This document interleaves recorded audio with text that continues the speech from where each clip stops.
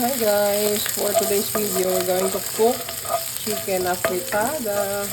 This is out of my comfort zone guys, kasi yung mga sarsa-sarsa, hindi ko masyadong na-explore pa, hindi pa tayo masyadong marunong magluto na may mga sarsa-sarsa. So ngayon, i-explore natin unti-unti.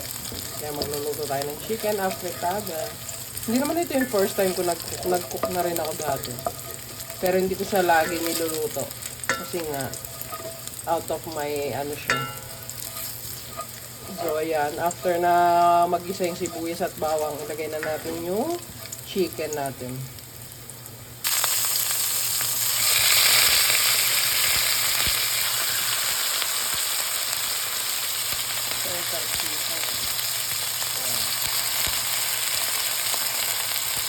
Chicken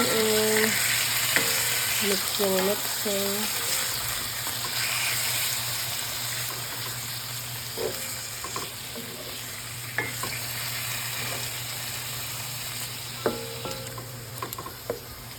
Yan muna natin yan dyan hanggang sa maluto sila.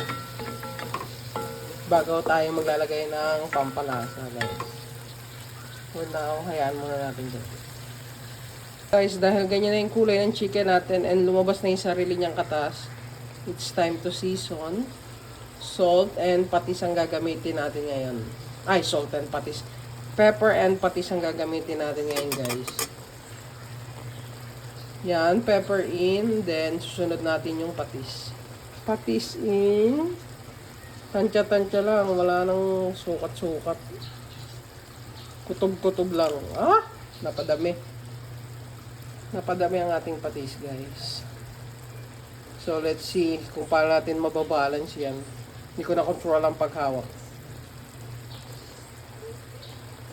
Dahil nga naglalabas na ng sariling katas niya yung chicken natin, it's time na para ilagay ang ating mga gulay. Potato and carrots. Sasabay natin yan dyan sa pagsangkot siya dyan. Ayan.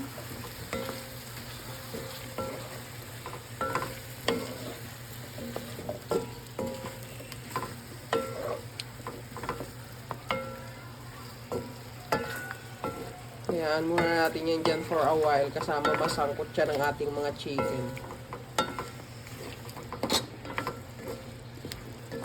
Ayan. Dahil half cook na ang ating mga gulay dyan, it's time na para ilagay ang ating tomato sauce. Ayan. Sasairin ko muna to guys kasi para walang masayang ha. Balikan ko kayo. Ayan.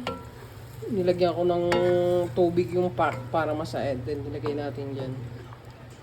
So, lulutuin muna natin dyan sa tomato sauce ang ating chicken and gulay. Pero, isabay na natin ang green peas. Isabay natin itong green peas. Ganda na tingnan. Napakakulay na. Ayan guys. Lagay din ako ng sugar pang-balance ng ating tomato sauce. Ayan. Konting sugar lang. Mamaya natin titikman after ma-reduce yung tomato sauce, guys. For now, hayaan muna natin yan dyan mag-simmer. Habang nagre-reduce na yan paunti-unti, guys, ilagay na rin natin ang hotdog.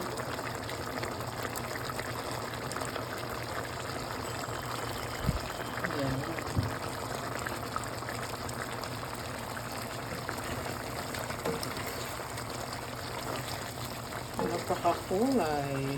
Napakaganda.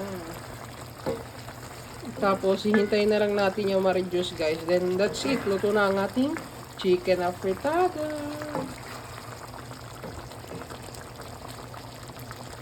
Yan muna natin saglit yan.